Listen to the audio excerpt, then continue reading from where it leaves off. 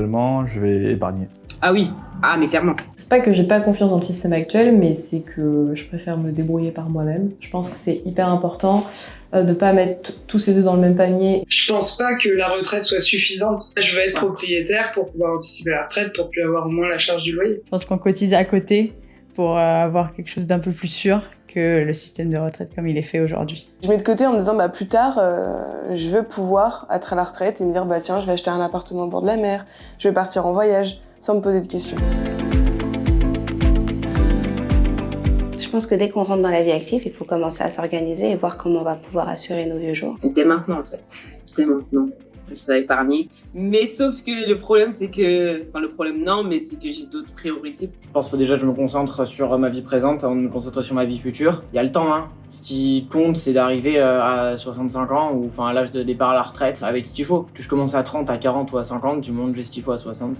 Ouais, j'ai envie de dire que ça se prépare le plus tôt possible, hein. Dès qu'on a les moyens de le faire, dès qu'on a la possibilité, même ce serait 50, 100 euros, enfin en fonction de son salaire forcément. On commence à avoir son train de vie d'adulte, là on peut commencer à épargner sur son salaire tous les mois. Et là pour l'instant je suis trop jeune pour épargner, c'est sûr. Il y a trop de sorties à faire et de vacances et tout. Je sais pas...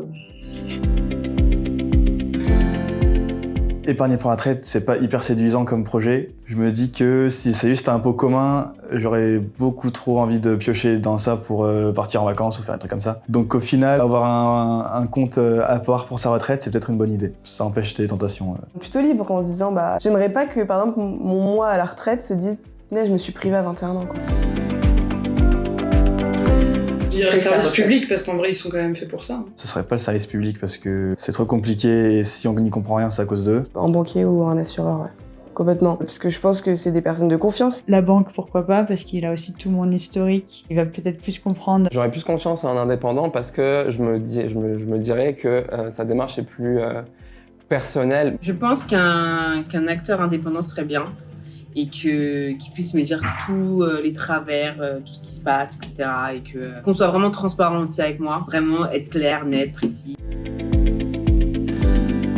Aujourd'hui, j'ai pleine confiance en mon entreprise. Je sais qu'ils sont vraiment là pour le bien-être de leurs employés, pour les accompagner, etc. Et sur des sujets comme la retraite, j'ai aucun doute qu'ils feront ça du mieux possible. Ils connaissent pas tous les aspects de notre vie. Enfin, je sais que moi, je vais peut-être avoir autre chose à côté, donc ils peuvent pas maîtriser ces sujets. Donc, Je pense que c'est une bonne chose. Et moi, en tant que salarié, et le fait de pouvoir bénéficier en tout cas de différents leviers mis en place par mon entreprise, personnellement en tout cas, ça crée certainement davantage de rétention. Mais au-delà de ça, je trouve qu'il y a un côté aussi bienveillant qui se dégage. Je trouve ça top, parce que ça veut dire que ton entreprise est là pour t'aider, et quand tu pars de cette entreprise, tu pars avec de l'argent.